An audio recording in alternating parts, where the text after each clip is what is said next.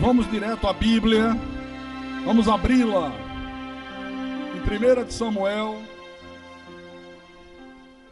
capítulo 3, versículo 1.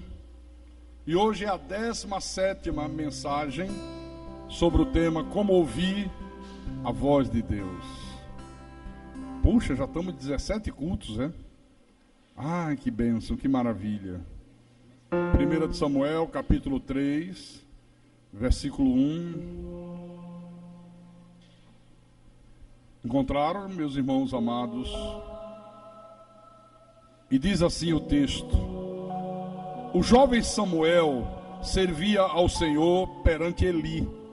Naqueles dias, a palavra do Senhor era muito rara, as visões não eram frequentes.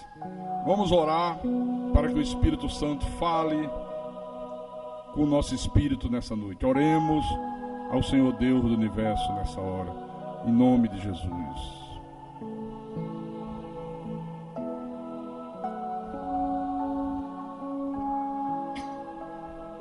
Santo Deus, como é bom nós estarmos aqui reunidos em Teu nome, em obediência à Tua palavra, mesmo sendo véspera de um grande feriado. O que nos seduz é a Tua casa, o que nos seduz é ouvir a Tua voz. Tem gente que já queimou o trabalho de quinta-feira, porque já foi para a praia, já foi para a fazenda, já foi não sei para onde, mas nós estamos aqui. Podemos até desfrutar do feriado, mas em primeiro lugar nós buscamos o Teu reino e a Tua justiça. E domingo estaremos aqui. Podemos aproveitar a sexta, o sábado, mas domingo estaremos aqui no Teu santuário, porque nada é mais importante do que morar na Tua casa todos os dias da nossa existência, do que manter essa comunhão íntima com o Senhor. Nada é mais importante do que ouvir a Tua voz. A Tua voz nos acalma, a Tua voz nos dá força, a Tua voz nos ensina, a Tua voz nos guia, nos alerta, nos exorta, nos consola. Por isso é bom ouvir a voz de Deus, aprender a ouvir quando o Senhor fala. Então fala-nos nessa noite, fala ao Teu povo, fala à Tua igreja, fala aos Teus pequeninos, fala às ovelhas do Teu rebanho. Usa-me como Teu profeta, como Teu pastor, como Teu mensageiro. Inspira-me, Jesus, para que eu possa anunciar a Tua verdade, para que eu possa proclamar o Teu evangelho, sem nenhuma mistura, sem nada do paganismo, nem do misticismo, sem doutrinas de homens, sem filosofias humanas, mas proclamar a Tua palavra com verdade, como o Senhor requer, para que tudo que for proclamado aqui nessa noite, que seja para a Tua honra, para a Tua glória, para o Teu louvor, e que seja para o crescimento espiritual do Teu povo. Eu te peço em nome de Jesus, eu te peço em nome do Senhor, e que todos que creem digam amém e amém. Diga graças a Deus. Meus irmãos amados e minhas irmãs em Cristo, povo de propriedade exclusiva de Deus, povo que a Bíblia chama a nação santa, o sacerdócio real. Eu pergunto para você, como é que uma pessoa consegue discernir quando é Deus que está verdadeiramente falando com ela? Como é que uma pessoa consegue discernir isso? Quando é que uma pessoa chega a esse nível de maturidade, de no meio dos muitos tipos de vozes que há nesse mundo, quando Deus fala, ela diz, essa é a voz de Deus? Como é que se chega a esse nível de maturidade? Olha, esse exemplo aqui de 1 de Samuel vai dar para a gente resposta a muitas perguntas. Porque a primeira coisa que a gente percebe aqui nesse versículo 1 é que naquele tempo A palavra do Senhor era coisa muito rara. Ora, nos dias de hoje não é diferente, é a mesma coisa. A palavra de Deus é coisa muito rara. Olha, eu já estive em quase todos os países da América do Norte. Eu já estive nos Estados Unidos da América, na América do Norte. Eu já estive em quase todos os países da América do Sul. Eu já estive na Europa. Eu já estive na Ásia. Eu já estive na África. Eu já estive em tudo quanto é lugar desse mundo. E eu posso afirmar com toda a convicção do mundo, porque eu fui testemunha viva, porque ninguém me contou, porque eu vi, eu presenciei, que em quase todo o planeta Terra, a palavra de Deus é coisa muito rara. É a coisa mais difícil do mundo de você encontrá-la. Você ouve falar muito dos milagres que Jesus realizou.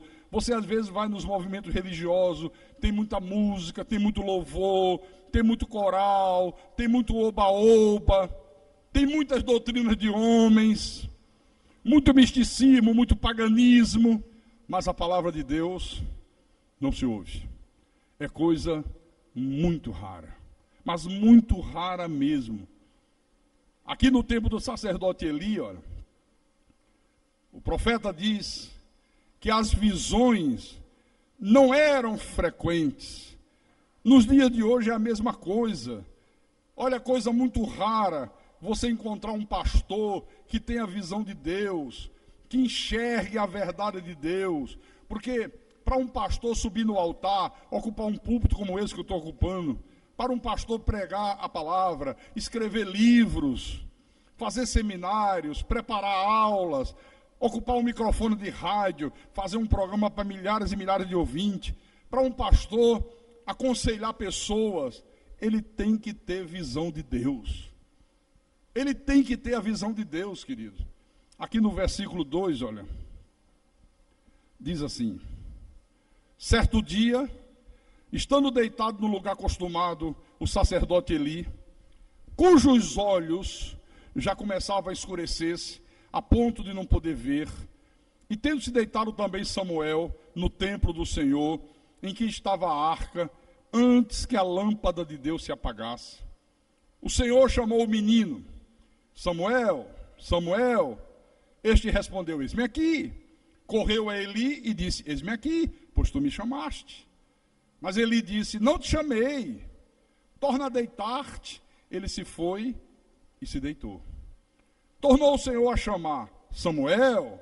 Este se levantou, foi a Eli e disse: eis-me aqui, pois tu me chamaste. Mas Eli disse: não te chamei, meu filho, torna a deitar-te. Segura um pouco aí. Olha, aqui tem lições importantes demais para nossas vidas, para a minha vida e para a tua vida também. Aqui diz que o Senhor chamou o menino. O Senhor chamou o menino. Samuel era ainda um menino. E um menino espiritual, uma criança espiritual, ela não consegue ouvir Deus. Ela não ouve Deus. Paulo falou isso a uma igreja. Às vezes uma igreja é composta de muita gente que é criança espiritual. São meninos na fé, mesmo que tenham 20 anos de igreja, mesmo que já tenham lido a Bíblia de trás para frente, de frente para trás. Por quê, pastor? Vou explicar e vou mostrar. Abra em 1 Coríntios, capítulo 3, versículo 1. Você vai entender por quê. Ok? O apóstolo disse assim: eu, porém, irmãos, não vos pude falar como a espirituais, e sim como a carnais, como a crianças em Cristo. Imagina, você já imaginou o apóstolo chegar numa igreja, está lá a igreja reunida para ouvir o apóstolo, e ele dizer: olha, não posso falar com vocês como pessoas espirituais. Só posso falar como se estivesse lidando com pessoas carnais, como crianças em Cristo. Que coisa! A pergunta é: quem é esta criança espiritual que ele se refere aqui? Essa criança espiritual é aquela pessoa que não cresce espiritualmente.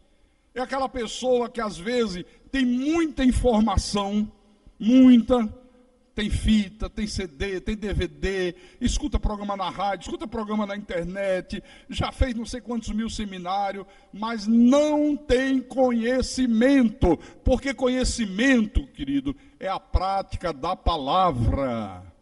Se você só ouve e não pratica, não vale nada. Você continua criança espiritual. Não posso falar com você coisas espirituais. Nós tínhamos uma pastora no nosso ministério, e eu gostava muito dela, mas gostava mesmo. Até hoje eu lamento ela ter saído, mas eu sei que é Deus que tira, é Deus que traz, é Deus que leva, Deus está no controle de tudo. E tínhamos também um outro pastor, e um dia houve um desentendimento entre os dois.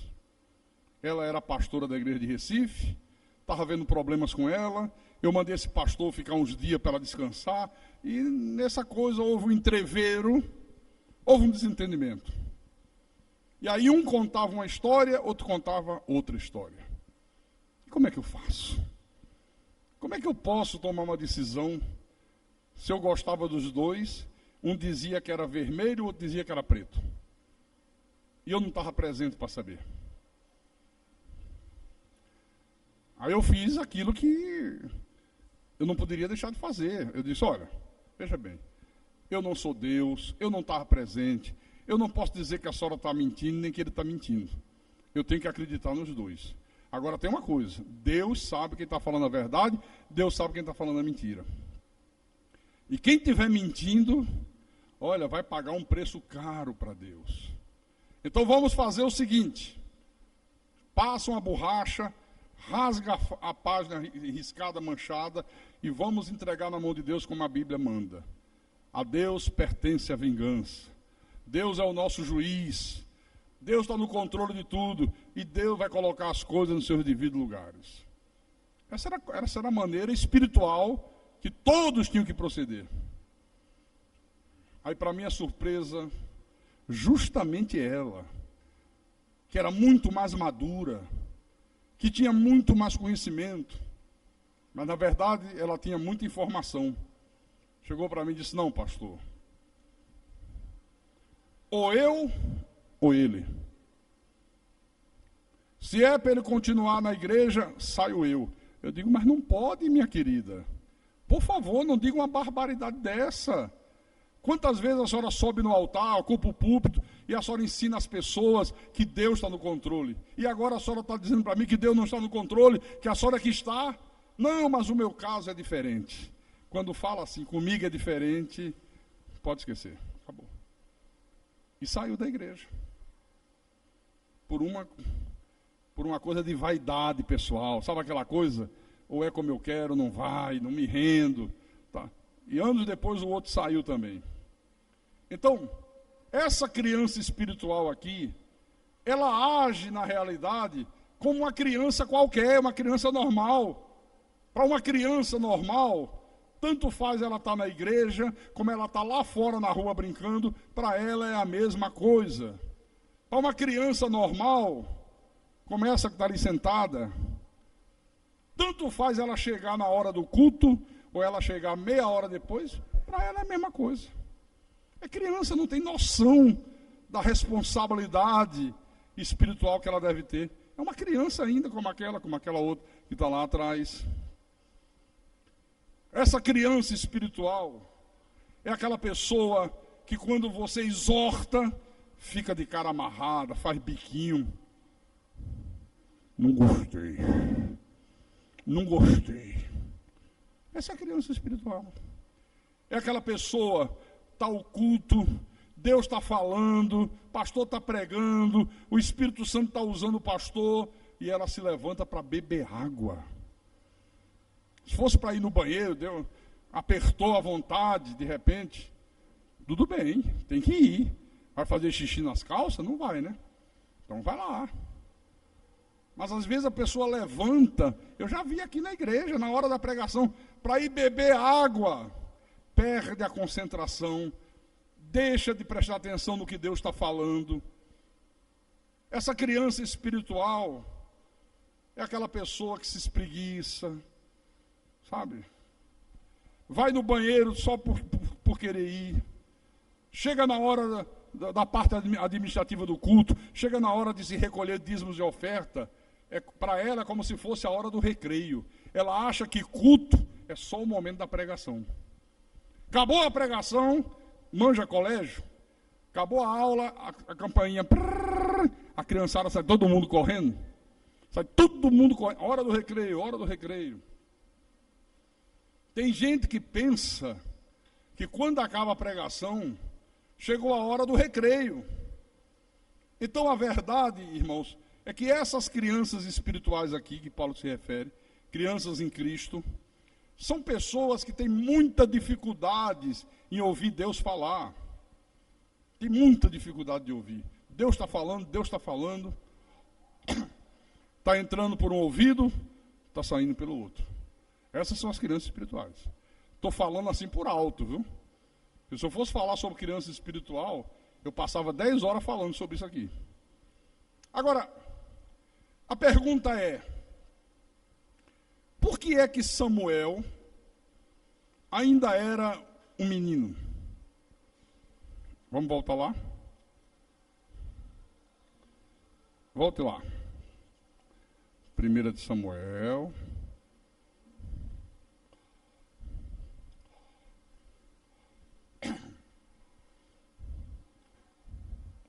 Você viu que no versículo 4 diz, o Senhor chamou o menino. Por que ele era um menino? O versículo 7 responde. 1 Samuel capítulo 3, versículo 7.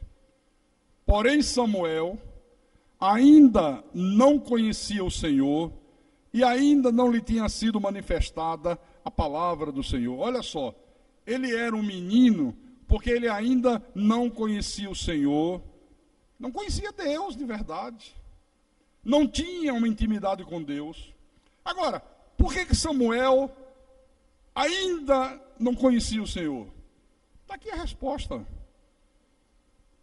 Porque a palavra do Senhor ainda não lhe tinha sido manifestada, ainda não lhe tinha sido revelada, ainda não lhe tinha sido ensinada, não lhe tinha sido pregada. Uma pessoa só pode conhecer o Senhor quando a palavra lhe é manifestada, quando Deus ilumina os olhos, quando Deus abre o entendimento. Por isso que a maioria do povo de Deus conhece o demônio, conhece o diabo, conhece o capeta, conhece o Exu Caveira, a pombagira, conhece a corrente de 12 semanas, a unha sem pintar, conhece que não pode ir à praia, que não pode cortar cabelo, mas não conhece a palavra do Senhor. Não conhece. E o mais grave, irmãos, é que quando Deus levanta alguém para manifestar a palavra, esse alguém, via de regra, é logo chamado de falso profeta, de herege. Você fala de predestinação, que é a coluna vertebral do Evangelho, e eles dizem assim, predestinação é do diabo. Você fala que Deus é soberano, que o homem não tem livre-arbítrio, que o homem não pode aceitar Jesus, eles dizem isso é heresia. Isso é que fica mais grave ainda.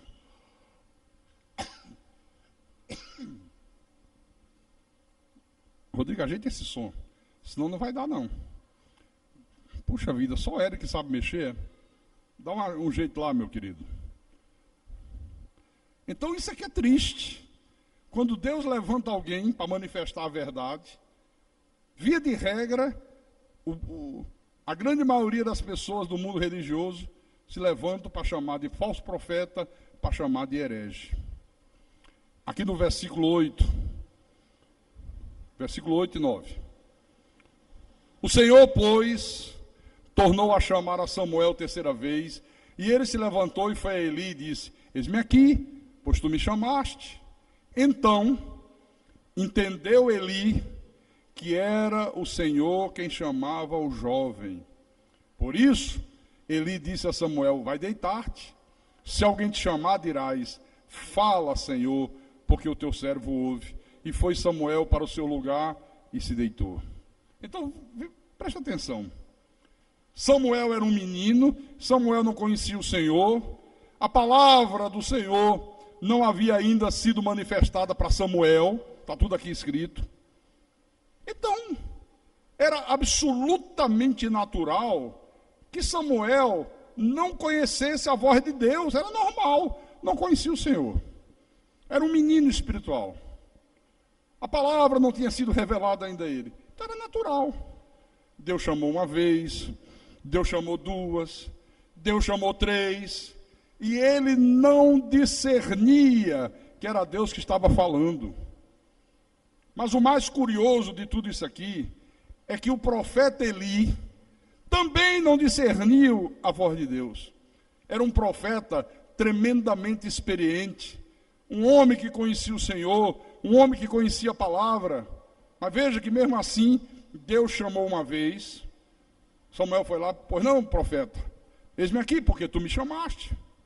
Não, chamei não, volta, vai deitar, rapaz. Que história é essa de eu te chamar? Daqui a pouco Deus chama de novo.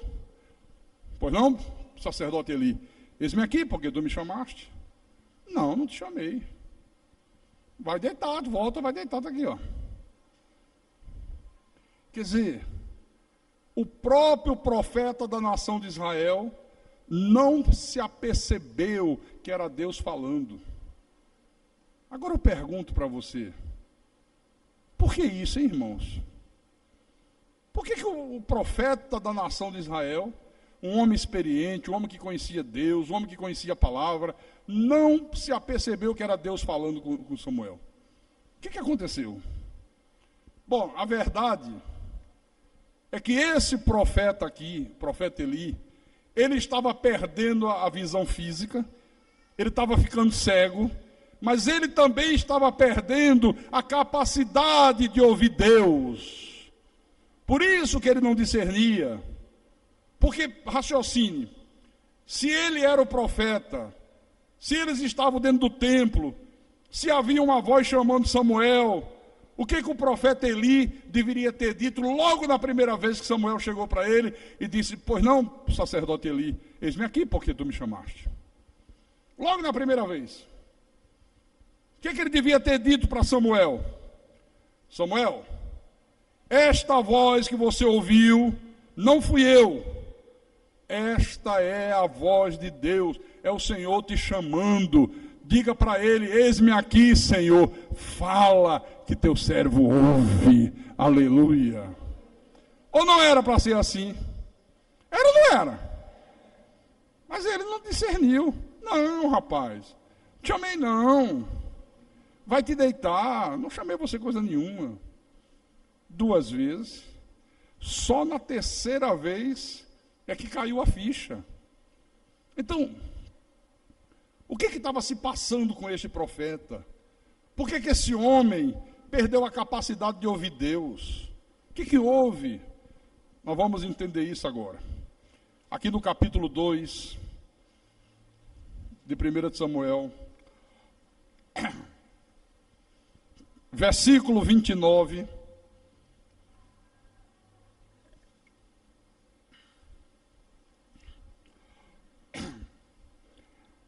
Deus fala com esse homem assim: por que pisais aos pés os meus sacrifícios e as minhas ofertas de manjares, que ordenei se me fizesse na minha morada? E tu, por que honras a teus filhos mais do que a mim, para tu e ele vos engordardes das melhores de todas as ofertas do meu povo de Israel? Preste atenção. O que estava acontecendo aqui na casa desse profeta? Ele estava honrando mais os seus próprios filhos do que o próprio Deus. Você vai entender por quê. Versículo 12. Volte um pouco atrás. Do 12 em diante. Eram, porém, os filhos de Eli, filhos de Belial, e não se importavam com o Senhor, eram filhos do diabo. Os filhos de Eli eram da semente da perdição. Pois o costume daquele sacerdote com o povo era que, oferecendo a alguém sacrifício, vinha o moço do sacerdote, estando se cozendo a carne com um garfo de 3 dentes na mão, e metia-o na caldeira, ou na panela, ou no tacho, ou na marmita, e tudo quanto o garfo tirava, o sacerdote tomava para si. Assim se fazia a todo Israel que ia ali a Siló. Versículo 17. Era, pois, muito grande o pecado destes moços perante o Senhor, porquanto eles desprezavam a oferta do Senhor. Olha que coisa tremenda isso aqui. Tanto os filhos de Eli quanto o povo de Israel vinham praticando coisas que eram abomináveis aos olhos de Deus. Eles vinham com um garfo de 3 dentes e metia dentro da panela, metia dentro do tacho onde estava sendo preparada a oferta de manjares para Deus, metia lá, o que pegava, eles arrastavam para eles. Esse garfo de 3 dentes é símbolo do diabo. Você passa na frente das casas de macumba, tem lá aquele sujeito que diz que é o Lúcifer, com um tridente na mão de 3 dentes. É símbolo do diabo isso aqui. Então, o que o texto está mostrando? O texto está mostrando que havia pecados dentro da casa de Eli. Dentro da casa do profeta tinha coisas tremendamente erradas. Os filhos dele estavam fazendo coisas que eram abomináveis aos olhos de Deus. No versículo 30, portanto, diz o Senhor, Deus de Israel, na verdade, dissera eu que a tua casa e a casa de teu pai andariam diante de mim perpetuamente. Porém agora, diz o Senhor, longe de mim tal coisa, porque aos que me honram, honrarei. Porém os que me desprezam serão desmerecidos. Está aqui. Ora, o que o profeta tinha feito? Desprezado o Senhor. Aqui é o que Deus está dizendo. Os filhos dele iam lá, tiravam a comida, que eles não tinham direito àquela comida, e Eli se fazia de cego, fazia que não estava vendo nada, eram os filhos. Eles não tinham direito a participar daquilo. Eles não levavam Deus a sério, mas eles iam lá, metiam o garfo de 3 dentes, e o profeta não fazia nada. Olha, irmãos, Deus ficou profundamente indignado. Deus disse, olha, profeta, chega, eu não quero mais esse tipo de comportamento na minha casa. Por causa disso aí, os teus olhos vão se escurecer e os teus filhos vão morrer. Por causa disso, os teus olhos vão se escurecer e os teus filhos vão morrer também. Aqui no versículo 31, o Senhor disse assim, eis que vem dias em que cortarei o teu braço e o braço da casa de teu pai, para que não haja mais velho nenhum em tua casa. Quer dizer, Deus está dizendo, vou acabar a longevidade. Aí todo mundo morrer cedo. E verás o aperto da morada de Deus, a um tempo com o bem que fará Israel, e jamais haverá velho em tua casa. O homem, porém, da tua linhagem, a quem eu não afastar do meu altar, será para te consumir os olhos e para te entristecer a alma. E todos os descendentes da tua casa morrerão na flor da idade. Ser-te-á por sinal o que sobrevirá a teus 2 filhos, a Ofni e Finéias. Ambos morrerão no mesmo dia. Então, suscitarei para mim um sacerdote fiel, que procederá segundo o que tenho no coração e na mente. Edificar-lhe-ei uma casa estável, e andará ele diante do meu ungido para sempre. Olha o que é que Deus estava dizendo. Eli, já que você encobriu o pecado da tua casa, já que você não tomou providências enérgicas, eu vou tirar a longevidade da tua casa. Toda a tua descendência vai morrer na flor da idade. Olha que castigo. E tem mais. Eu vou levantar um sacerdote fiel que proceda segundo aquilo que eu determino. Às vezes você tem um filho dentro de casa que está lá com um garfo de 3 dentes.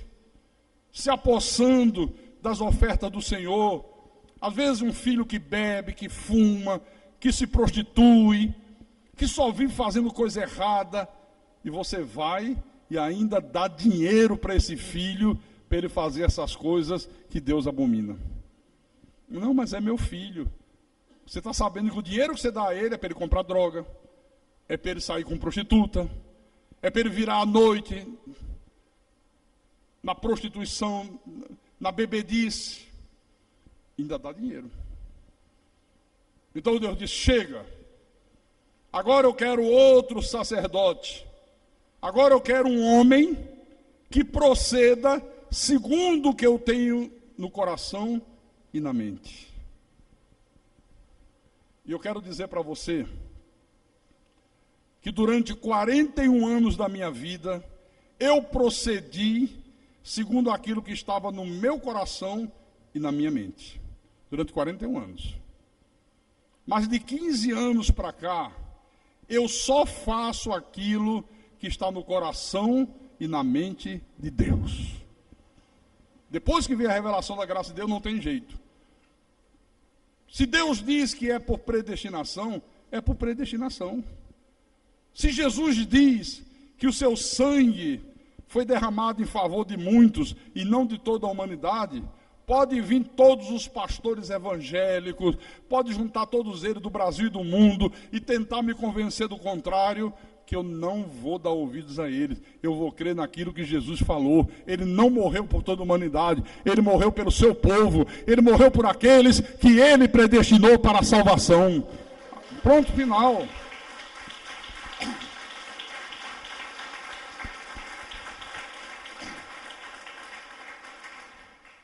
Se Jesus diz que lá na cruz ele expulsou o príncipe desse mundo, ele amarrou o valente, ele colocou os demônios em algemas eternas.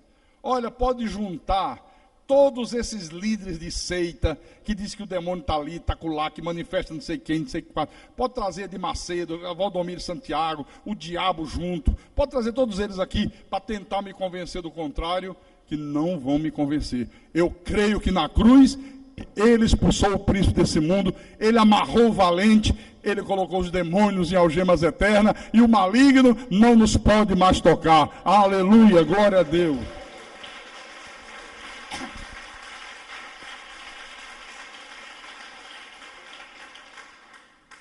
Então, esses filhos de Eli aqui faziam coisas absurdas. O profeta não tomou as medidas cabíveis, não agiu como deveria agir, e as consequências foram terríveis. Terríveis, terríveis, terríveis. Leia o versículo 22. Versículo 22 em diante. Do capítulo 2, viu? Encontraram?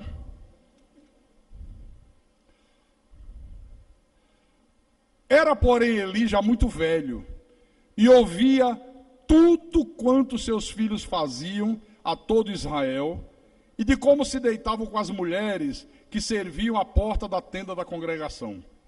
E disse-lhes: por que fazeis tais coisas?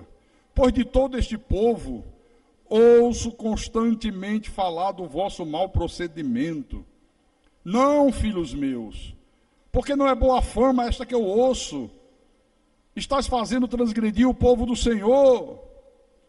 Aí uma pessoa que, à primeira vista, pode dizer: pastor, mas espera lá. Isso aí não está mostrando que Eli repreendeu os filhos dele? Não. Aqui está mostrando que ele agiu com frouxidão, que ele passou a mão na cabeça. Ele não repreendeu nada.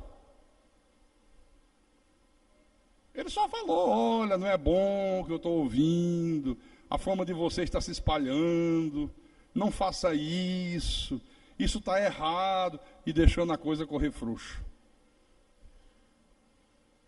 É a mesma coisa quando o pastor vê o povo da igreja desmerecendo Deus, faltando cultos, profanando o dia do Senhor, sonegando o dízimo, sendo avarento nas ofertas, tendo comportamentos errados. E o pastor, mesmo vendo tudo isso, deixa a coisa correr frouxa. Fala manso, aceita as desculpas esfarrapadas que todo mundo dá. Ele não quer se comprometer, ele não quer que chamem ele de chato, de radical, como às vezes me chamam, exigente. Aí ele passa a mão na cabeça. Está vendo a coisa correr frouxa, está vendo a coisa se tornar casa de noca, e ele não está nem aí. É a mesma coisa.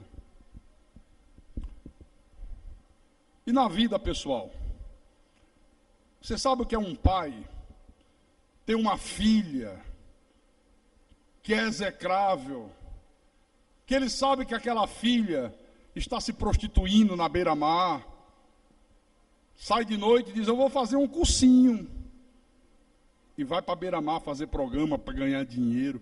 Aí alguém diz para ele, ele sabe, ele averigua, ele não tem dúvidas, mas não toma providências. Fica só dizendo, eu já falei com ela, eu já conversei com ela, eu já dei conselho, eu já disse a ela que prostituição é do diabo, mas ela não me dá ouvido. Aí deixa a coisa correndo frouxa. Se ela mora com ele, com ela diz, opa, alto lá. Aqui na minha casa você não vai ficar não. Ou você conserta a tua vida, ou vá morar onde você quiser morar. Mas aqui dentro eu não te apoio, aqui dentro eu não te recebo, não vou aceitar você vivendo esse tipo de vida aqui dentro da minha casa. Essa é a atitude que um pai, que tem bom senso e moral e respeito, toma. Eu digo para você, olha, eu não deixo as coisas correrem frouxo, nem com os meus filhos de sangue, meus filhos naturais, nem tampouco com os meus filhos na fé. Eu não deixo as coisas correrem frouxo, nem na minha casa, nem na casa de Deus. Mas não deixo mesmo. Só quando a coisa foge do meu controle. Mas enquanto estiver no meu controle, eu não deixo. Eu chego junto, eu pego no pé. Viu? Um tempo atrás, dois se desentenderam, e um levantou a voz para o outro, se armaram assim, parecia MMA, Ultimate Fight. Eu digo, como é que é a história, rapaz? O que é que eu estou vendo aqui? Como é que é a história? Vocês, dois irmãos querendo brigar, aí dei logo um tapa no peito de um tapa no peito do outro, me dá meu cinto aí. Vamos lá. O que é que vocês querem? Querem agir como homens ou querem que eu trate como criança? Se quiser, eu começo a farra agora. Meto a ripa. Pode ter 30 anos. Se estiver dentro de casa, quem manda sou eu. Aqui tem que ter respeito. Aqui tem que ter boa conduta. E quem convive comigo sabe que eu sou assim. Viu? Sabe que eu sou assim. Às vezes as pessoas me chamam de muito exigente. Eu sei que às vezes eu sou até incompreendido. Não, o pastor Carlos é muito radical. Não, o pastor Carlos é muito duro. Não, o pastor Carlos é isso, o pastor Carlos... Não. O problema é que eu não deixo correr frouxo. E para não deixar a coisa correr frouxa, meu irmão, às vezes você tem que tomar atitude enérgica. Olha aqui, ó.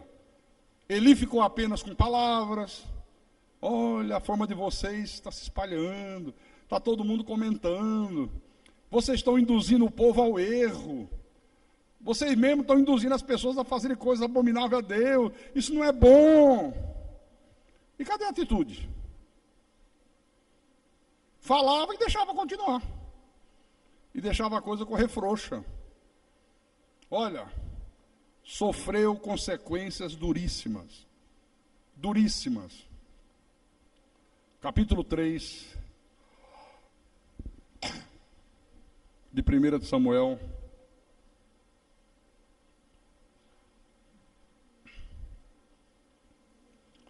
Versículo 13. Deus fala com o profeta e diz: porque já lhe disse que julgarei a sua casa para sempre, pela iniquidade que ele bem conhecia, porque seus filhos se fizeram execráveis, e ele os não repreendeu. Está vendo?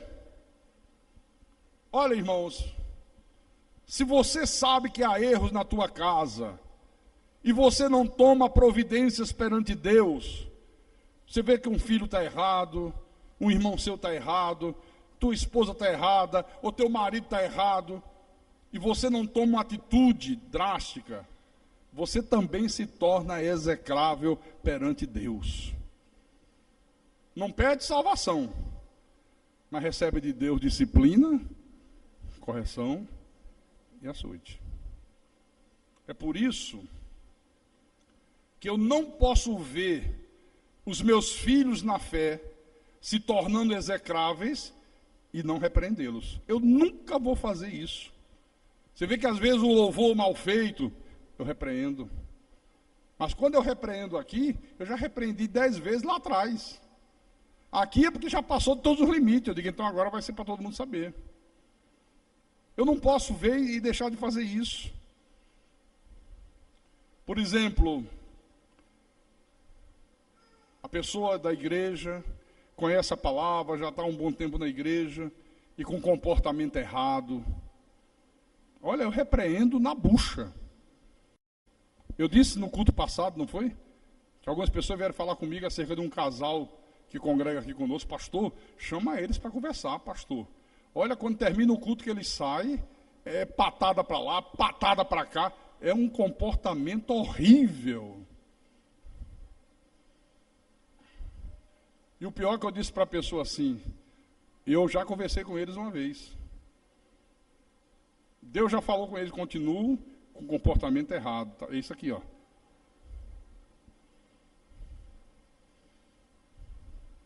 Eu não posso ver uma pessoa ser negligente em ofertar para que haja mantimento na obra de Deus e não repreender. Não posso.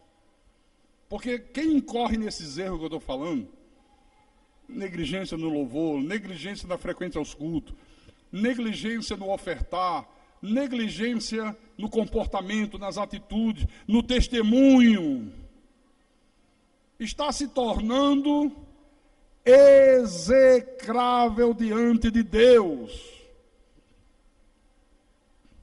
Se você está fazendo qualquer uma dessas coisas, você está se tornando execrável diante de Deus. Deu para entender isso?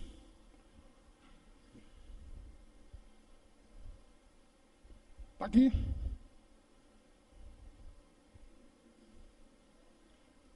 Olha, e nessa coisa de ser avarento nas ofertas, aí é que eu fico indignado, meu irmão. Porque quando uma pessoa é avarenta na oferta, olha, isso é de uma gravidade terrível. É como aquele filho que você deu toda a educação, você deu estudo, você deu amor, você deu carinho, você deu proteção, você trabalhou horas e horas fazendo hora extra, você gastou as tuas energias, gastou a tua saúde para botar o filho no colégio, para ele estudar, para amanhã ele ser gente, talvez até concluir uma faculdade. Aí quando chega na hora que o pai mais precisa do filho, por exemplo, na velhice, aí aquele filho que recebeu tudo isso se nega a ajudar os pais. Quantos filhos que fazem isso? Receberam tudo de bom dos pais. Quando os pais chegam na hora da velhice, que precisam da ajuda dos filhos, jogam os pais no asilo, entregam os pais à sua própria sorte. Isso não é filho, isso é um canalha, um cafajeste. É bem verdade que há pais que estão dentro dos asilos, mas não são velhos abandonados. São velhos vingados, porque foi o contrário, nunca deram amor, nunca deram carinho, nunca deram proteção, nunca fizeram nada pelos filhos, aí chegou na velhice, foram abandonados. São velhos vingados. Agora, tem gente, irmãos, que faz a mesma coisa com Deus. recebe de Deus vida eterna, recebe de Deus Pai, recebe saúde, recebe segurança, sabe que tem anjo de Deus acampados em seu redor para servi-lo, recebe de Deus conhecimento da palavra, mas quando chega na hora que Deus manda trazer dízimos e oferta, para que haja mantimento na sua casa, para manter a sua obra, vira as costas para Deus. É a mesma coisa, porque tem gente que quando estava morto em delitos e pecado, gastava muito dinheiro com noitada, com farra, com cerveja, com uísque, com cigarro, gastava dinheiro quando ia para o forró, o outro gastava dinheiro quando ia para o samba, para o carnaval, gastava dinheiro com prostituição. Aí quando passa a conhecer Deus, se torna um miserável para Deus, um avarento, um mão de vaca, mão de porco, mão de cachorro, mão de que é que seja. Não tem gente que é assim ou não tem? Pessoa ia na macumba, fazia oferendas. O pai de santo pedia, tem que fazer um trabalho, tem que trazer 3 galinhas pretas, tem que trazer uma alguidade de farofa, tem que trazer 5 dúzias de rosas vermelhas, tem que trazer velas pretas, amarelas e brancas, tem que trazer 4 garrafas de cachaça, 4 não, 7, é sempre no número 7. 7 garrafas de cachaça, 7 garrafas de champanhe, tudo é 7. Eu já fiz isso, viu? Eu já fiz isso. E sabe quando que eu fiz isso? Quando eu estava 1 ano desempregado no Rio de Janeiro. 1 ano parado. Não conhecia a palavra, não conhecia Deus. Aí me levaram, vamos lá que resolve. Aí a primeira parada foi o cara pedir isso. Como é que eu ia dar isso se eu estava desempregado? A pessoa que foi comigo disse assim, mas ele está desempregado. Isso. Você não tem fé em mim? Não, me enfio. Tenho. Você acredita no velho, né? Você acredita no velhinho? Era um preto velho. Eu digo, sim. Então, me enfio, faça que velho vai abrir caminho de meu filho, viu? Eu saí dali, meu irmão, arranjei dinheiro com tia, com tio, com primo, com avô, com quem já morreu, ia lá no túmulo, arranja uma grana para mim, vende garrafa, vende jornal. Olha, não teve uma sexta-feira que eu não fosse ao centro. Isso era macumba braba, umbanda. Se a coisa fosse boa, não se chamava macumba, chamava-se boa cumba. Olha, foram muitas sextas-feiras. E com que alegria eu levava aquilo. Quando eu conseguia, durante a semana, juntar, e cada vez que levava, pedia outro. E eu levava. 3 galinhas. Um alguidar de farol. Alguidar é um tacho bem grande de barro. Bem grandão. Você enche de farofa amarela, sabe? Olha, tem que trazer velas, 7 velas vermelhas, 7 velas amarelas, 7 velas brancas, 7 velas pretas. 7 garrafas de cachaça. Eu levava 10, 12, com a alegria que você não imagina, para agradar o Satanás. Champanhe. Caramba. E sabe o que é que fazia quando eu chegava lá? Recebia e dizia, Preto velho vai ajudar a mexer, viu? Agora, enfio, vai entrar ali naquela casinha do velho, viu? E enfio vai ficar 2 horinhas lá, tá?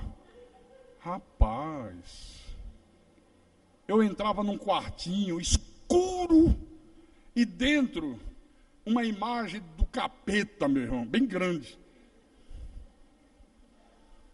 E eu tinha que ficar 2 horas dentro daquele quarto olhando para a cara do safado lá, do sacana. Você pensa que eu fazia reclamando? Quando saía dali, poxa, saía de peito estufado. Estou fazendo o que está pedindo, estou fazendo porque eu tenho fé. Então, às vezes, a pessoa faz tudo isso aqui, e quando se converte, nem capaz nem de ser fiel a Deus na frequência aos cultos. Para dar oferta, é de uma miséria que dá gosto, meu irmão. A pessoa ia nessas seitas vagabundas de corrente, enquanto ela estava lá enganada pelo evangelho da teologia da prosperidade, não media esforço, dava dinheiro, dava joia, o picareta dizia, você vai pegar todo o dinheiro da poupança e vai trazer. A pessoa ia, raspava a poupança, aquilo que ela juntou durante anos e anos e anos e anos, e colocava nos pés do cafajeste. Nunca se apresentava diante de Deus com as mãos vazias. Você quer ver como eu estou falando a verdade? Quem já passou por esses lugares aqui, levante a mão. Quem já passou, eu sou o primeiro a levantar. Vocês faziam isso ou não faziam? Hã? Não já ficava correndo atrás de juntar dinheiro para dar uma boa oferta? Ou estou falando mentira? Está vendo como é? Eu também fiz isso aqui, meu irmão.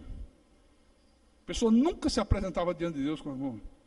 Hoje que a pessoa está diante da verdade, está diante do Deus Todo-Poderoso, está diante daquele que é soberano, simplesmente despreza Deus. Para o diabo dava tudo, para o diabo dava o melhor, para Deus dá o resto, dá as sobra. Olha, lá fora, a maioria do povo faz exatamente assim. Agora, no nosso ministério, isso não é admissível. Porque aqui, meu irmão, nós temos o conhecimento de Deus, nós temos o conhecimento da verdade, nós sabemos que Deus tem que ser honrado, mais do que qualquer outra coisa nesse mundo. Aos que me honram, eu honrarei. Os que me desprezam, serão desmerecidos.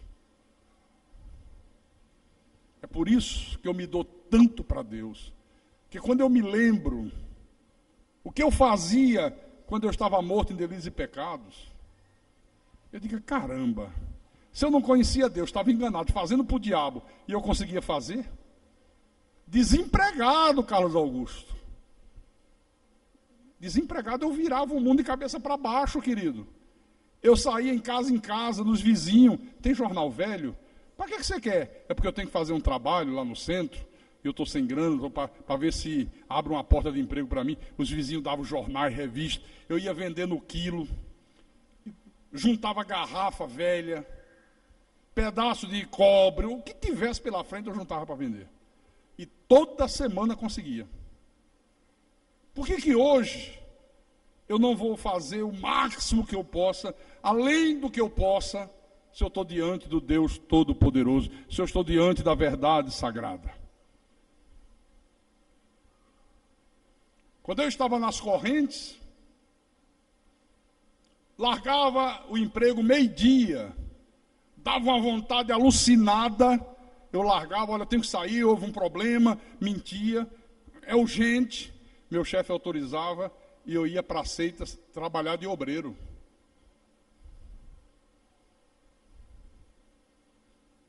Quando não saía meio-dia, saía 6 da tarde, pegava um ônibus, 3 ônibus para chegar na sede da seita, e ficava lá, na reunião das 8 às 10h30 da noite. Acabava 10h30, os obreiros têm que ficar, tem que ser os últimos a saírem. Porque sempre fica um que ainda estou com uma dorzinha aqui, uma dorzinha acolá, dá para você orar mais um pouquinho. Os pastores se mandam, os bispos se mandam, os pobres dos obreiros é que dê conta do recado.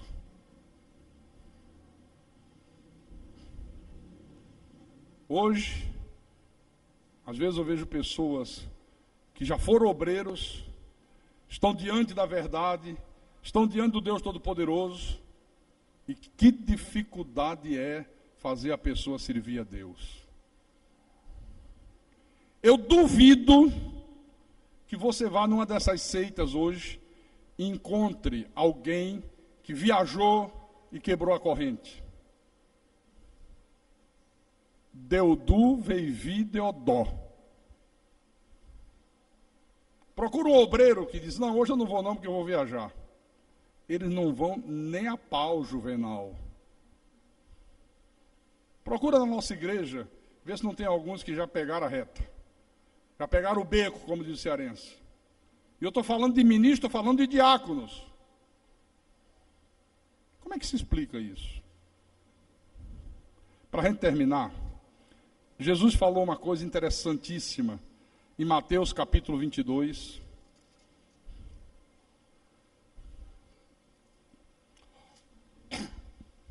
Mateus capítulo 22, versículo 15 em diante.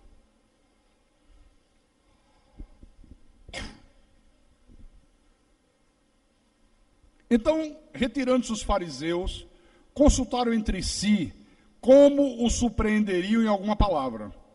E enviaram-lhe discípulos, juntamente com os herodianos, para dizer-lhe, Mestre, sabemos que és verdadeiro e que ensinas o caminho de Deus de acordo com a verdade, sem te importar com quem quer que seja, porque não olhas a aparência dos homens. Começaram dando uma puxada de saco, né?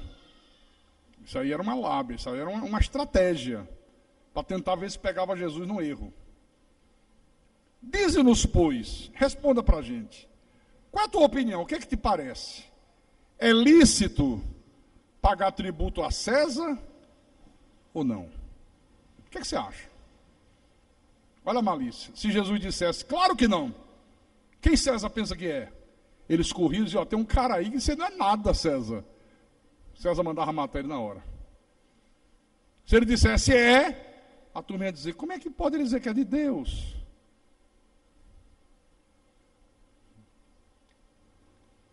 Olha o que Jesus disse.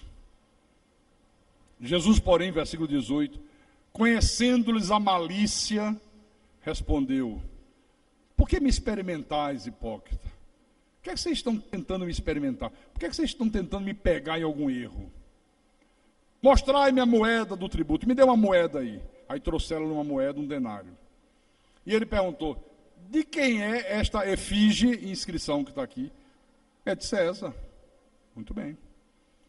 Então lhe disse, dai, pois, a César o que é de César, e a Deus o que é de Deus. Ouvindo isto, se admiraram e deixando-se foram. Disseram, caramba, ao invés de a gente pegar o cara que pegou a gente. Dê a César o que é de César, e dê a Deus o que é de Deus. Aí a pergunta é, o que é de César? Que a gente deve dar? O nosso imposto de renda, o INSS que é descontado na fonte, quando você recebe o salário está lá o desconto do INSS, o IPTU que a gente paga para a prefeitura, o IPVA de quem tem automóvel, todo ano tem que pagar IPVA, o ICMS, você tem um comércio, uma empresa, tudo que você vende, você tem ou compra, tem que pagar ICMS. São impostos do governo. E etc, etc, etc, etc. E o que é de Deus? Dai a César o que é de César, e a Deus o que é de Deus. Os dízimos, as ofertas, você trazer dia de domingo o alimento não perecível para o bom samaritano, é você almoçar na igreja em prol da obra, é você merendar na igreja. Você não vai sair daqui e merendar ali na esquina. Você diz, não, eu não vou fazer isso. Eu não vou ajudar um cara ímpio, eu vou ajudar a casa do meu Deus. A minha merenda é na igreja. É a tua fidelidade nos dízimos. Tudo que chega às nossas mãos, 10% é de Deus.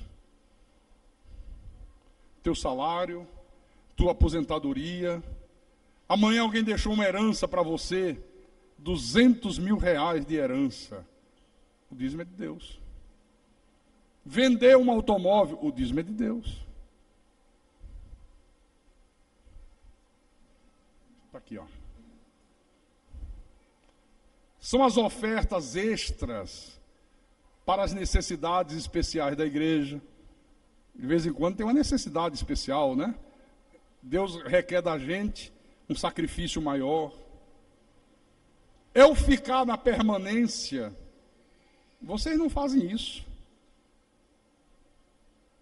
É para de manhã 2 pessoas ficarem ali, botar uma mesinha na porta da igreja, lá na porta, e ficar ali para a igreja estar aberta, porque eu estou trabalhando, o Rodrigo está no computador ali dentro trabalhando, tem que ter alguém ali, para não deixar ninguém entrar, ninguém roubar, para evangelizar quem passa. A pessoa passa, oi, tudo bem? Bom dia, como é que vai? Tu conhece a igreja? Conhece o Evangelho da Graça? Papá. É um ponto de evangelismo espetacular. Todos vocês deveriam, pelo menos um dia na semana, dedicar ou uma manhã ou uma tarde, para fazer essa permanência ali. Isso é o de Deus.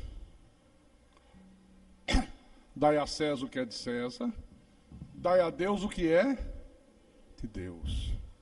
Você não dedica um determinado número de horas para o teu trabalho? Para a tua empresa, para o teu patrão? Dedica ou não dedica? Quer dizer, para Deus, é só a horinha do culto e acabou.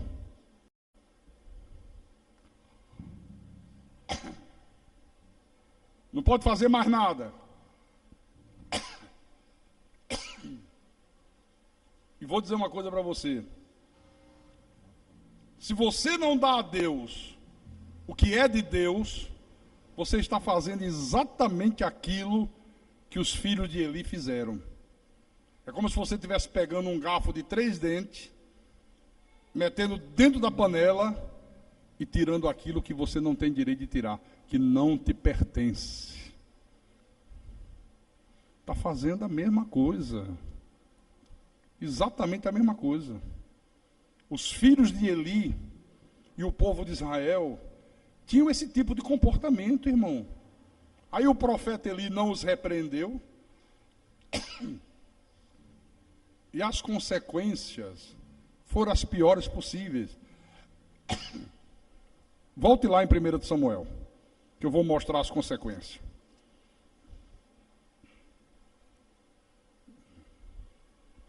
Primeira de Samuel, capítulo 4.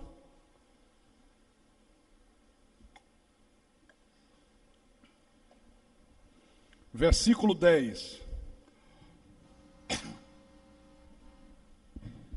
Vamos lá. Então pelejaram os filisteus. Israel foi derrotado e cada um fugiu para a sua tenda. Foi grande a derrota, pois foram mortos de Israel 30.000 homens de pé. Olha que coisa. O povo foi derrotado, os inimigos prevaleceram, e numa só hora, 30.000 homens foram mortos. Essa foi a consequência para o povo. E as consequências para os filhos de Eli? Versículo 11. Foi tomada a arca de Deus e mortos os 2 filhos de Eli, Ofnia e Finéia. Povo derrotado, os inimigos prevalecendo. Numa só hora, 30.000 homens foram mortos. Tomaram a arca de Deus, que era um símbolo sagrado da nação de Israel, que era símbolo da presença de Deus, e mataram os 2 filhos de Eli, Ofnia e Finéia. Os filhos de Eli morreram. Mas tem mais. Quais foram as consequências para o profeta Eli, que não tomou providência, que deixou a coisa correr frouxa? Em primeiro lugar, perdeu a visão, perdeu a capacidade de ouvir Deus, já não sabia mais discernir quando Deus falava, e por fim morreu. Veja aqui no versículo 12 em diante. Versículo 12 em diante. Então, correu um homem de Benjamim, saído das fileiras, e no mesmo dia chegou a Siló. Trazia rasgadas vestes e terra sobre a cabeça. Quando chegou, Eli estava sentado numa cadeira ao pé do caminho, olhando como quem espera, porque o seu coração estava tremendo pela arca de Deus, preocupado com a arca de Deus. Depois de entrar o homem na cidade e dar as novas, toda a cidade prorrompeu em gritos. O desespero tomou conta. Olha, os filisteus venceram, povo derrotado, 30.000 mortes em 1 hora, levaram a arca, os 2 filhos do sacerdote ali morreram, foram mortos. Toda a cidade prorrompeu em gritos. Versículo 14. Eli, ouvindo os gritos, perguntou: que alvoroço é esse? Que desespero é esse? Então se apressou o homem e, vindo, deu as notícias a Eli. Era Eli da idade de 98 anos. Os seus olhos já tinham cegado e já não podia ver. Disse o homem a Eli: eu sou o que saí das fileiras e delas fugi hoje mesmo. Perguntou Eli: que sucedeu, meu filho? Então respondeu o que trazia as notícias e disse: Israel fugiu de diante dos filisteus, houve grande morticínio entre o povo, e também os teus 2 filhos, Ofni e Finé, foram mortos, e a arca de Deus foi tomada. Ao fazer ele menção da arca de Deus, caiu Eli da cadeira para trás junto ao portão e quebrou-se-lhe o pescoço e morreu, porque era já homem velho e pesado e havia julgado a Israel 40 anos. Como é que é? Levaram a arca. Ficou tão apavorado que caiu da cadeira e quebrou o pescoço.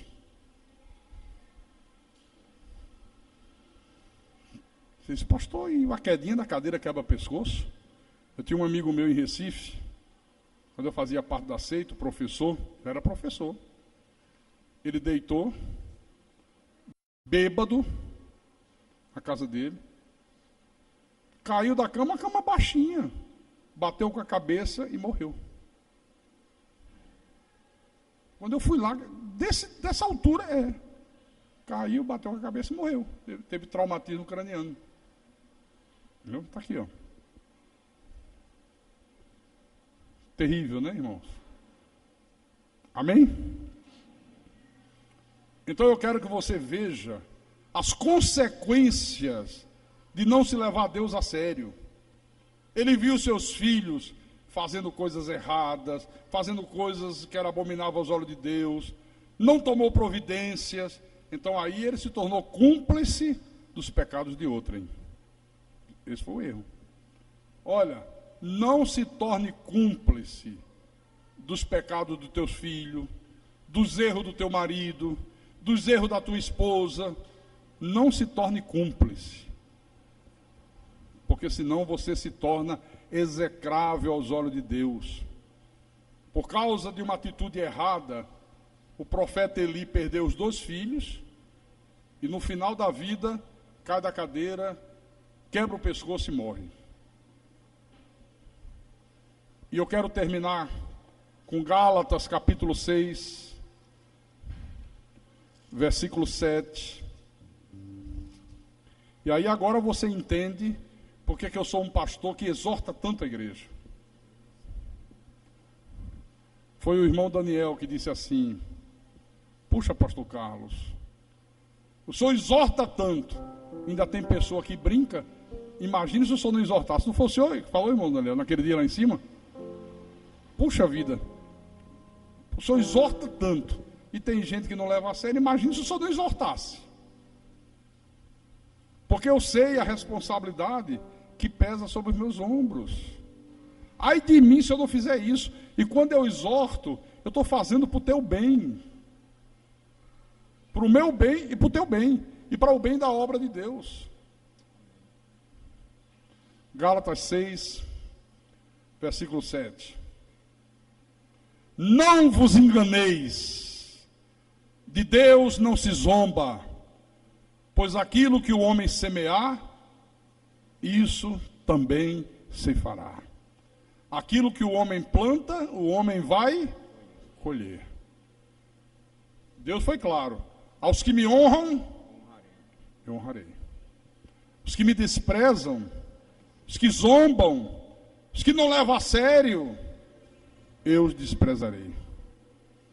Olha, eu vou dizer uma coisa: infeliz a pessoa que vive no desprezo de Deus. Está ferrado.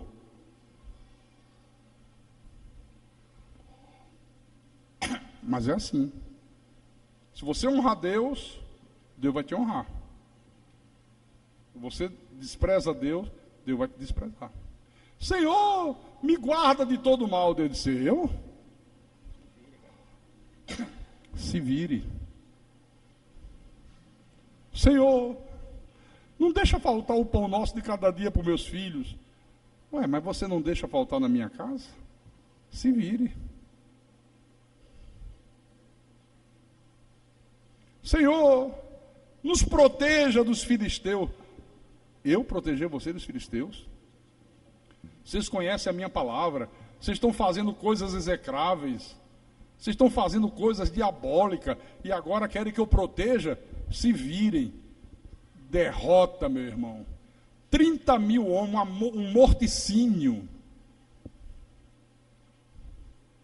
E os filisteus ainda levaram a arca, ainda mataram os 2 filhos do profeta.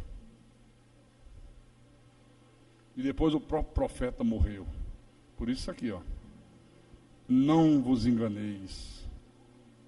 De Deus não se zomba. Pois aquilo que o homem semear, isso também se fará. Aquilo que o homem planta, o homem colhe.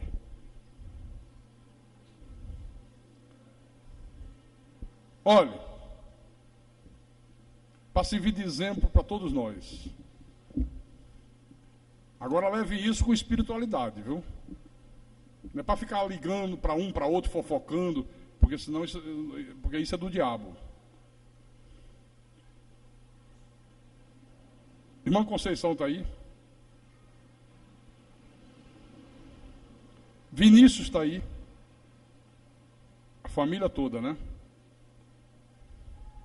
Para servir de exemplo. Se eles foram para Paracuru, para casa de campo, ele tem uma casa, né? Num sítio, né? Se foram, não são mais diáconos. Estão fora.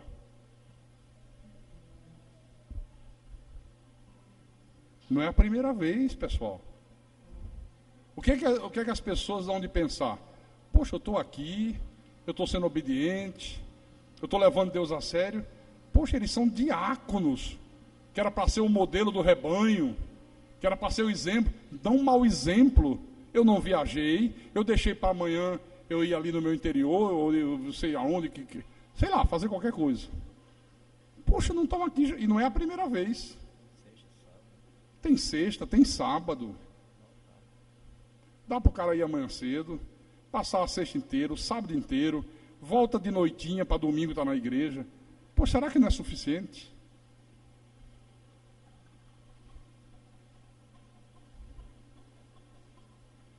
Vocês concordam, pessoal? Ou vocês não concordam? Hã? Eu não quero que Deus diga, vem cá! Quer dizer, está deixando a coisa correr frouxa, né? Você está vendo teus filhos se tornando execráveis e está deixando para lá, está fazendo média, né? Não quer desagradar ninguém. Deus que me livre. Já é difícil eu dar conta de mim mesmo para Deus, ainda dar conta dos outros, meu irmão? Está louco. Não quero pagar esse preço de jeito nenhum. Porque esse preço é muito caro. Olha o preço que o Eli pagou. Amém, irmãos? Amém. Quem tem ouvidos para ouvir, que ouça o que o Espírito falou à igreja nessa noite. Em nome de Jesus e para a glória de Deus.